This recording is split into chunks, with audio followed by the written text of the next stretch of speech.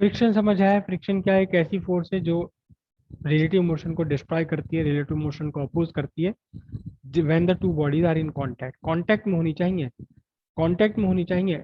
याद रखना आप ये, जब कांटेक्ट होगा तभी ये सारी कंडीशंस बनेंगी। कांटेक्ट नहीं होगा तो कंडीशंस नहीं बनेंगी।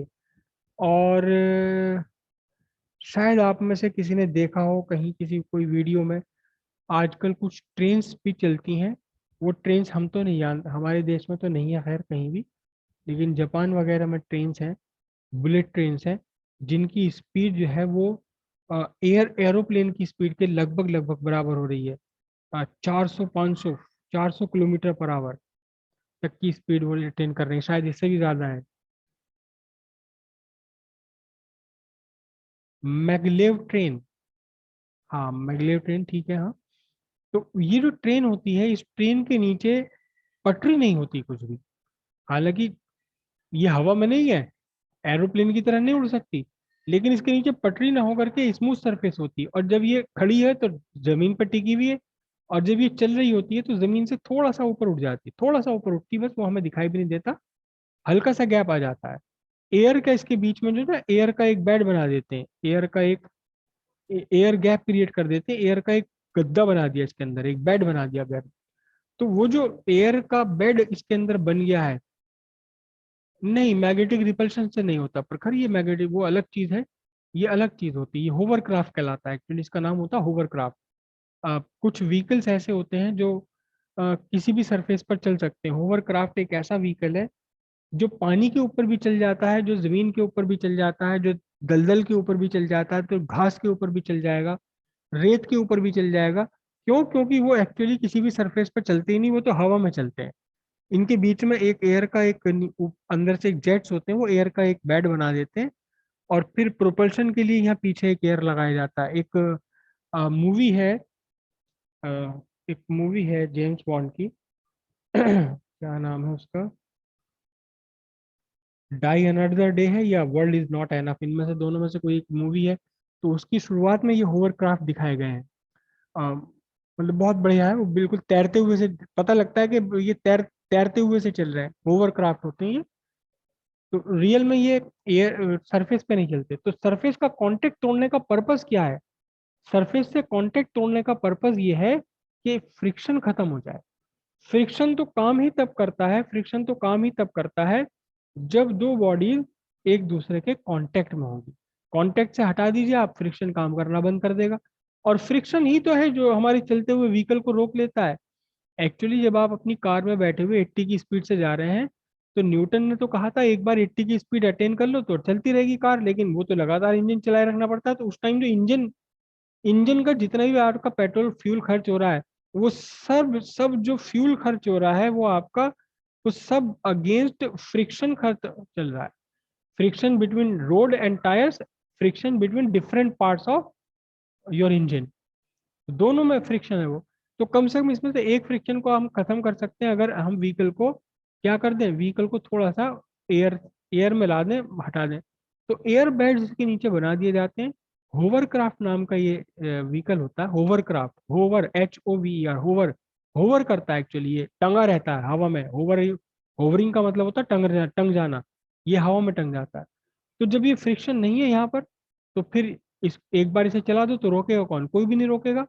रोकता है एयर का फ्रिक्शन होता है थोड़ा बहुत, तो वो लेकिन फिर भी से जो सरफेस, सॉलिड सरफेस का फ्रिक्शन है, इसके कंपैरिजन में एयर का फ्रिक्शन जिसे हम बोलते हैं विस्कॉस विस्कस ड्रैग, वो बहुत कम होता है। तो वो तो करना ही करना पड़ेगा। बल्कि आगे भी कुछ ट्रेन ऐसी बनने की कोशिश की जा रही है कि जो टनल है उस टनल पे चले ट्रेन, और टनल के अंदर वैक्यूम क्रिएट कर दी जाए ताकि वो एयर का फ्रिक्शन भी ना हो। तो बहुत ही कम फ्यूल में हम काम कर पाएंगे। एक बार चलाने की देर है, फिर तो चलती चली जाएगी डेस्टिनेशन तक, जहाँ से रोकना होगा वहीं जाके रोकना होगा। तो इस तरह के जो होवर क्राफ्ट होते हैं, हाँ हाँ सही समझ रहे हो आप दीपेश।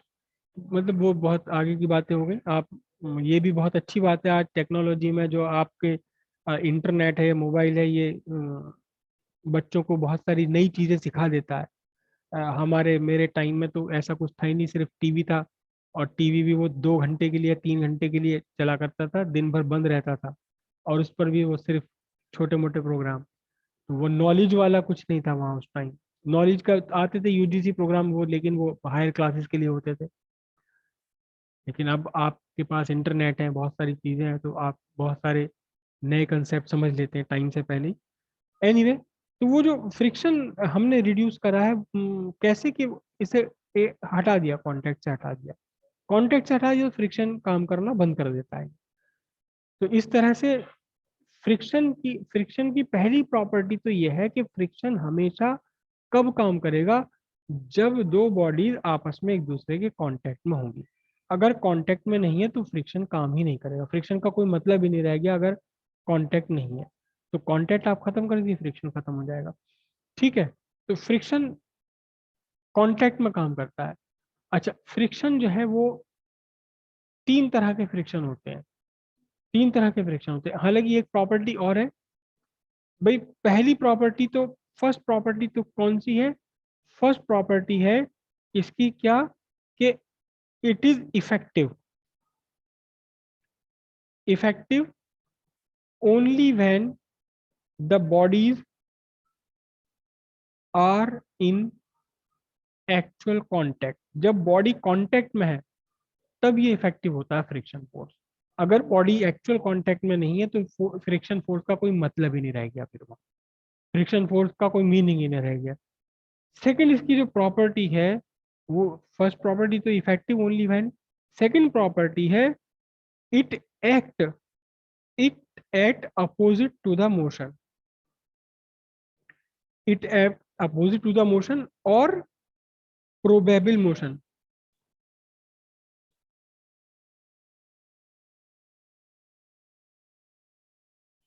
अगर एक्चुअल में मोशन हो रहा है तो मोशन के अगेंस्ट एक्ट करता है, और अगर मोशन नहीं हो रहा तो प्रोबेबल जिस डायरेक्शन में मोशन होने वाला उसके अपोजिट काम करेगा। ये आप अच्छे से समझ सकते हो कैसे। फ्रिक्शन याद रखना कि फ्रिक्शन इफेक्टिव तो तब होता है जब दो बॉडी वो एक दूसरे के साथ रिलेटिव मोशन में हो। लेकिन रिलेटिव मोशन में आने से पहले भी फ्रिक्शन अपना जोर दिखाता है। मैं ऐसा वर्ड बोल रहा हूँ, जोर दिखाता है। हाँ, रिलेटिव मोशन के अपोजिट अपोजिट होता है। देखो, ये ट्रंक आपने रखा है यहाँ, और यहाँ आप खड़े हो गए, और इस ट्रंक को आप अपनी तरफ खींच रहे हो। खींच रहे हो इस ट्रंक को, खींच ही नहीं रहा, खींच ही नहीं रहा, खींच ही नहीं रहा, बहुत तगड़ा फ्रिक्शन है। तो आपका जो प्रोबेबल मोशन है, this is the direction of probable motion. This is the direction of probable motion, जिधर मोशन होने वाला है। और फ्रिक्शन क्या काम कर रहा है? फ्रिक्शन जो है इसको, फ्रिक्शन इसके अपोजिट काम कर रहा है। ये आपका फ्रिक्शन हो गया।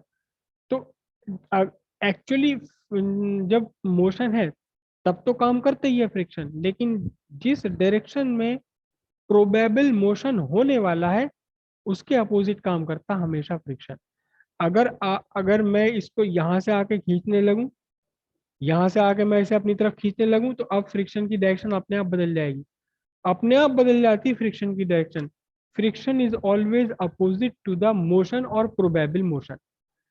ध्यान रखिएगा, ये बात हमें कई जगह आगे यूज करनी पड़ेगी। फ्रिक्शन की direction, the direction of friction is always opposite to the motion और प्रोबेबल मोशन। जहां जिस डायरेक्शन में मोशन होने वाला है उसके अपोजिट है, या एक्चुअल में जहां मोशन हो रहा है उसके अपोजिट है। मोशन के अपोजिट या प्रोबेबल मोशन के अपोजिट होता है हमेशा कौन? Force of friction. क्लियर है इतनी बात ये? तो पहली तो नेचर ये है कि जब कांटेक्ट में हो तभी इफेक्टिव होगा। दूसरी कि हमेशा मोशन के अपोजिट है, और प्रोबेबल मोशन या तो एक्चुअल मोशन के अपोजिट है, या जिस डायरेक्शन में प्रोबेबल मोशन होने वाला उसके अपोजिट मोशन है। एक नेचर और है आपका, फ्रिक्शन जो है ये सेल्फ एडजस्टिंग फोर्स है। सेल्फ एडजस्टमेंट का इसमें एक प्रॉपर्टी है फ्रिक्शन में, खुद को बदल सकता है ये, खुद को बदल सकता है, लेकिन ये हमेशा एप्लीकेबल नहीं होगा। हर फ्रिक्शन अपने आप को नहीं बदल सकता, हमेशा फ्रिक्शन अपने आप को नहीं बदल पाएगा। तो कौन सा फ्रिक्शन कब बदल सकता है अपने आप को, कब अपनी फोर्स, फ्रिक्शन फोर्स खुद अपने आप को घटा बढ़ा सकती है। ये है इसका मीनिंग, सेल्फ एडजस्टमेंट, अपने आप को सेल्फ एडजस्ट कर लेता है। तो कौन कब ये सेल्फ एडजस्ट कर पाएगा, कब नहीं कर पाएगा, इसे हम कल डिस्कस करेंगे। और कल हम डिस्कस करेंगे आगे क्या, टाइप्स ऑफ फ्रिक्शन। उम्मीद है कि कल नेटवर्क सही रहेगा, प्रॉब्लम नहीं आएगी।